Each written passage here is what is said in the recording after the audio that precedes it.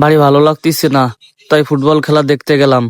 খেলা শুরু হয়ে গেছে, তাই বাড়ির দিকে চলে আসলাম। গরমেতে খুব শীত করতেছে, তাই কি করবো, গেঞ্জি খুলে ফেলাই দিলাম। গেঞ্জি ধরে রাখার জন্য কাউরেই পাইলাম না, তাই নিজেই ধরে দাঁড়াই থাকলাম আর হেঁটে বেড়ালাম।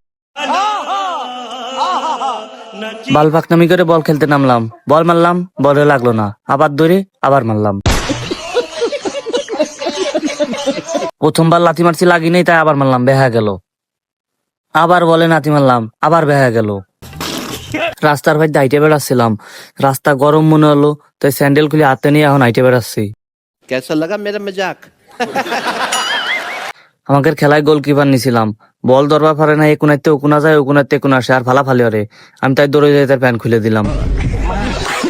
নাস্তার ফাঁদ দাঁড়াইছিলাম, দেখলাম প্লেয়ারদের গরম লাগতেছে বলে ওর সিলাইন গুলাচ্ছিল পানি খাবি বলে, দৌড়ে যাই আমি খেয়ে ফেলালাম। আমাকে প্লেয়াররা ঘন ঘন গোল খাচ্ছে, তাই শুয়ে রয়েছি। দেই খান গোল খাইছে, তাড়াতাড়ি উঠে বসলাম, হাতে তালি দিলাম। তিনটে ফুলাফার বসে হয়েছে, একটা থাবড় মারলাম, আবার পাশের ডারে থাবড় মারলাম। ওদের কলাম যে মাঝখানেটা মারছে, ওদের মধ্যে মারামারি লাগাই দিলাম। নাস্তার ভাত দাঁড়াইছিলাম, দেখলাম একটা কার্জেনের নতুন জার্সি পরে রয়েছে, নিয়ে কাগজ মাগজ খুললাম, গেঞ্জির ভাঁজ খুলে আমার গেঞ্জি খুলে পিনতে ফেলাই দিলাম। कैसा लगा मेरा मजाक? আমাকে পোলাপান এমনিতেই খুব ভালো খেলে, তারপর আমি তাদেরকে যে একটু বুদ্ধি দিয়ে বাল পাকনা সাজলাম।